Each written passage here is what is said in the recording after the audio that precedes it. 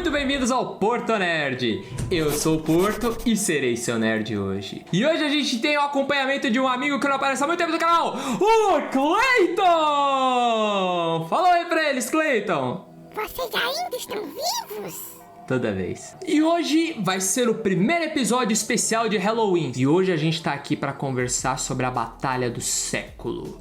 O maior detetive do mundo versus o príncipe das trevas. O morcego de Gotham versus o empalador das Tepes. Batman versus Drácula!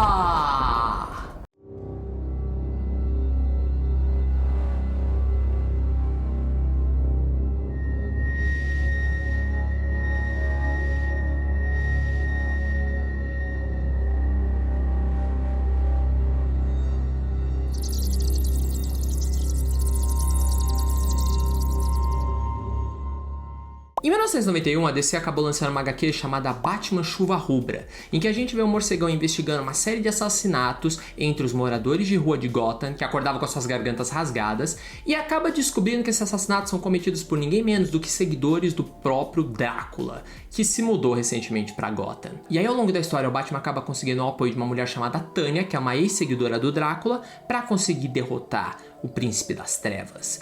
Só que não é dessa história que a gente vai conversar hoje. Se vocês quiserem que eu fale sobre essa HQ outro dia, comenta aí embaixo que eu faço um vídeo só sobre ela. Mas não, hoje a gente vai conversar sobre uma animação que foi lançada em 2005, chamada Batman vs Drácula. Essa animação se passa no mundo de uma série animada que começou a ser lançada em 2004, chamada O Batman. O Batman.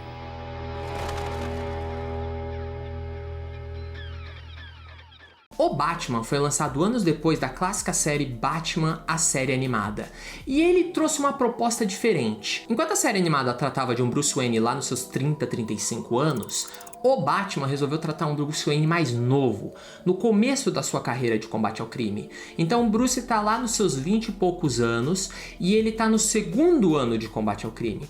E além disso, ele é uma pessoa que é diferente. Ao invés dele passar as tardes remoendo a morte dos pais dele todo tristão, ele é um cara mais aberto pra vida. Então a gente vê que ele tem amigos de infância com que às vezes ele vai jogar basquete, ele gosta de ir em encontros, de sair com pessoas, sair com mulheres, só que sempre que acontece algo que precisa da atenção do Batman, ele larga tudo e vai assumir a responsabilidade que ele deu pra si.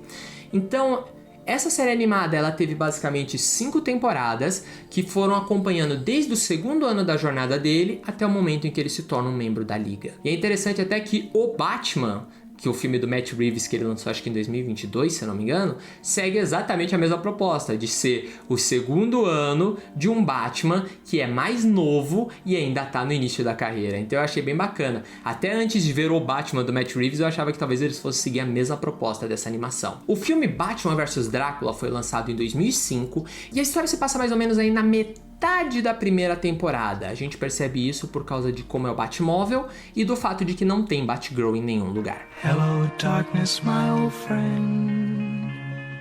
E esse filme e essa série animada de 2004, eu gosto deles porque eles têm um estilo próprio. Da mesma forma que a Gotham do Matt Reeves transpirava uma sensação que se olhar e falava eu nunca vi uma Gotham assim, aqui é a mesma coisa. A gente constantemente vê um céu vermelho, plantas que parecem ser de um filme de terror, o próprio estilo do morcegão que usa uma capa que cobre ele até os pés, que quando ele corre a capa fica parecendo uma cauda atrás dele. Toda animação tem um estilo próprio e o filme trouxe esse estilo pra telona, sabe? Então você vê as cores, a forma como eles agem, o design dos personagens, tudo isso é muito específico e é muito legal. E até a trilha sonora da animação é super bacana e o filme trouxe isso pra tela. Se você for ver, vê só a introdução do filme.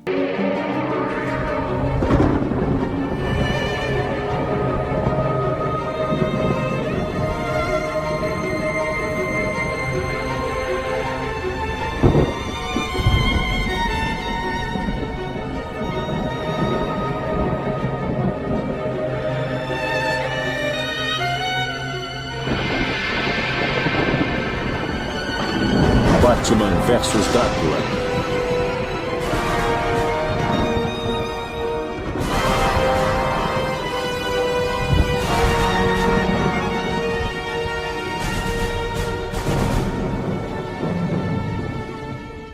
Você nota que esse som, ele não te faz pensar nesse terror antigo, essa criatura da noite que é o Conde Drácula? Eu acho super bacana como eles fizeram um tema específico para isso e em determinado momento botam esse tema em confronto com o tema do Batman da série. Essa animação inteira você vê o cuidado que a equipe teve, que os animadores tiveram de construir esse mundo de uma forma que imergisse as pessoas dentro dele. Ok, mas e a história? A história é boa?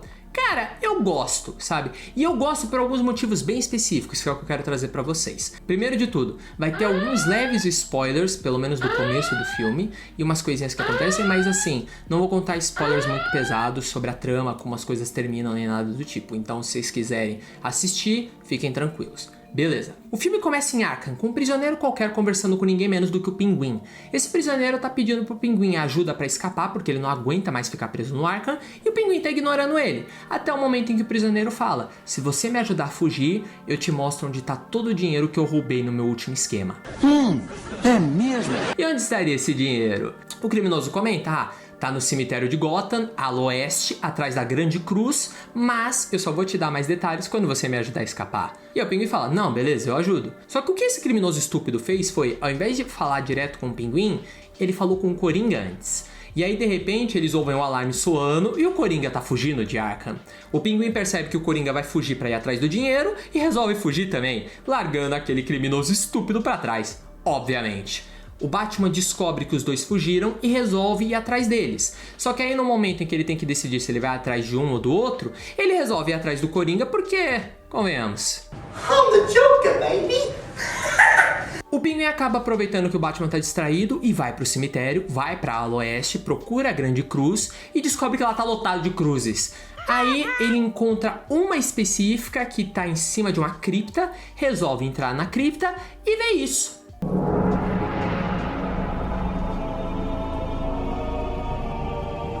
Opa, como se isso fosse me impedir. Você parece burro! Ei, mas é burro! O Pinguim acaba tirando as correntes, abrindo o caixão, só que no meio do caminho ele corta a mão para acidente. Clássico de filmes de vampiro. A gota de sangue cai no caixão, acaba caindo no coração do cadáver e ressuscita ele, porque o cadáver não é de ninguém menos do que o Drácula. O Pinguim tenta fugir, claro, o Drácula vai atrás porque ele precisa se alimentar, só que o Drácula acaba atacando um vigia noturno ao invés do Pinguim. Só que aí quando o Pinguim tenta escapar, o Drácula resolve pegar ele como seu capanga diurno, que isso é uma coisa que sempre teve nos filmes de vampiros, menos depois de Crepúsculo e o caralho, mas a ideia é do tipo que os vampiros precisam de uma pessoa que consiga andar no sol, que consiga proteger o caixão enquanto eles estão dormindo, e o Pinguim se torna essa pessoa. A partir daí a gente começa a ver o Drácula entrando em Gotham e começando a infectar todas as pessoas que acabam desaparecendo. A polícia até percebe que isso está acontecendo, chama eles de os desaparecidos, e o Batman começa a ir atrás para entender o que está rolando. E aí a gente começa com a nossa história. Como o Drácula acabou em Gotham? Honestamente, isso não é explicado. Roteirista preguiçoso. Não, mas sério, não é explicado e eu não acho que precise, sabe? O Drácula, no máximo, ele faz tipo uma suposição. Se eu não estou mais aqui na Transilvânia, eu provavelmente devo ter sido levado por um navio. Quando eles enfiaram a faca no meu coração, eu provavelmente fui enviado por um navio e trazido para o Novo Mundo. Enfim, exposição. No final não importa muito, Drácula tá aqui e eles têm que lidar com isso. Essa história, eu gosto dela principalmente porque você sente a tensão nela. O Drácula, ele é uma ameaça real, tá ligado? Até pelo fato de que o Bruce tá no começo de carreira, quanto pelo fato de que ele tá enfrentando uma ameaça sobrenatural, você percebe que o Bruce é um humano. Ele pode saber lutar e o caraca, mas ele é um humano. Tem os momentos em que ele vai enfrentar os filhos do Drácula, que ele toma uma surra deles. Porque eles são sobre-humanos, não tem o que fazer. É um gap muito grande. E quando ele vai enfrentar o Drácula, então, mano, você dá dó do cara. Ele apanha mais do que a DC nos cinemas em 2019, tá ligado? É muito triste, mas é bom. Porque isso faz com que os riscos fiquem maiores, isso faz com que você se importe do que vai acontecer. Porque é uma coisa, o Batman hoje em dia ele é retratado como o Bate-Deus. É o cara que consegue resolver qualquer treta, sabe? O cara que tem um plano pra tudo. E eu pessoalmente nunca gostei muito desse Batman. Eu sempre gostei da ideia do Batman ser um cara que ele enfrenta o desconhecido, dá o seu melhor, sobrevive, assim, em cima, então tenta usar a mente dele e usar os conhecimentos dele pra tentar dar a volta por cima. E uma outra coisa que eu acho muito legal nesse filme é que ele traz um lado do morcegão que a gente não vê geralmente nem em filmes, nem nos quadrinhos. E vai de oposto ao que aconteceu no quadrinho Chuva Rubra. Porque no quadrinho Chuva Rubra, quando o Batman descobre que o Drácula tá transformando as pessoas em vampiros, ele decide, ok, essas pessoas têm que morrer, não tem o que fazer, e pega a estaca pra enfiar nelas. Se eu não me engano, foi isso que aconteceu. Porque faz muito tempo que eu li. Se eu tiver errado, comenta aí embaixo. Mas o filme é diferente. A gente vê que ele vira e fala, eu tenho que dar um jeito de trazer essas pessoas de volta. Eu não posso me dar ao luxo de deixá-las morrerem. E aí ele entra num processo de tentar entender como encontrar uma cura pro vampirismo. E a gente vê esse lado mais químico, mais cientista do Batman, que é uma coisa que a gente raramente vê, sabe? Então eu acho isso muito legal, porque conversa direto com aquele Batman que é o que ele é de verdade, que é o cara que prefere arriscar sua própria vida numa batalha que ele tem muita chance de perder para salvar uma única pessoa, do que simplesmente pelo caminho mais fácil e sair ileso. Em paralelo, a gente também vê a história do Batman com a Vicky Vale, que é uma personagem que foi introduzida no filme, e a gente tem essa pegada que eu comentei de tipo, o Bruce quer estar com a Vicky, mas ao mesmo tempo ele tem as responsabilidades dele como Batman, que é uma parada que tem nos quadrinhos desde os anos 60 lá com o Homem-Aranha, que é uma coisa que eu sempre gostei, de ver o herói tentando equilibrar responsabilidade com vida pessoal. E é uma coisa que a gente não vê no Batman em outras mídias no geral, porque geralmente ele é o Batman e ponto, tá ligado? A vida pessoal fica sempre em secundário. Mas aqui a gente vê como isso acaba machucando ele, como ele fica triste por não poder seguir com a vida pessoal dele. Mas ele sabe que ele tem uma responsabilidade.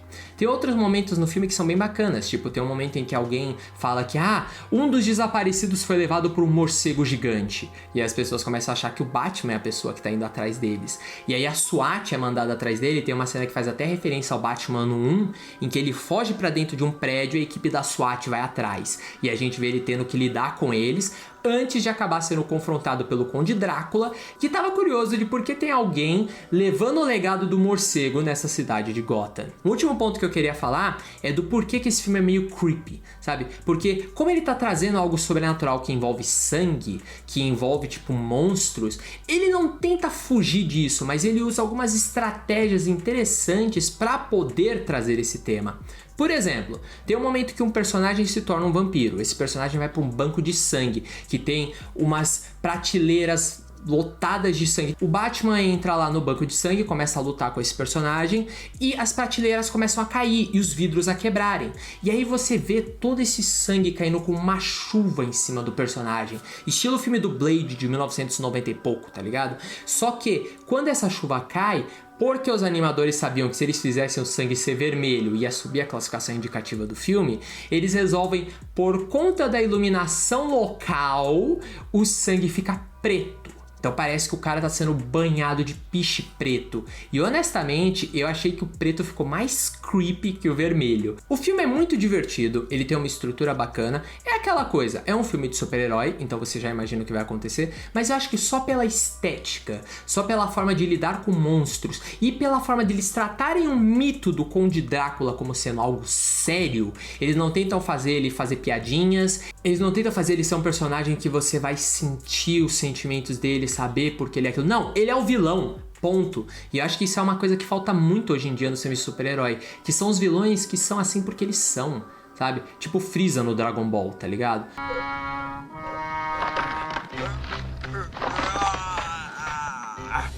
Mano, ele é só ruim, velho. E é isso, o Drácula é a mesma coisa. E assim, muita gente vai falar que, então ele não é tridimensional, mas ele é. Porque até no vilanismo dele, você vê características humanas. Então é muito bacana.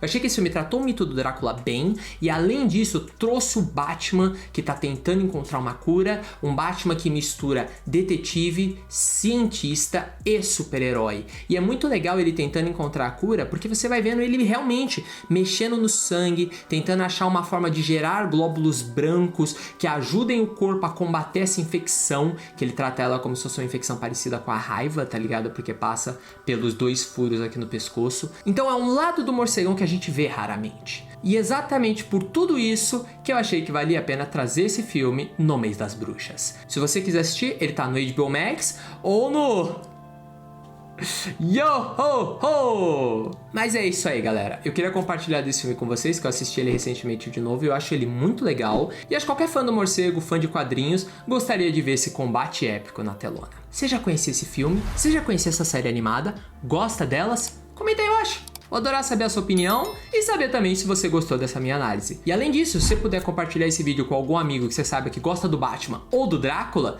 ajudaria demais o canal. Mas é isso aí. Muito obrigado por estar comigo até aqui e até a próxima!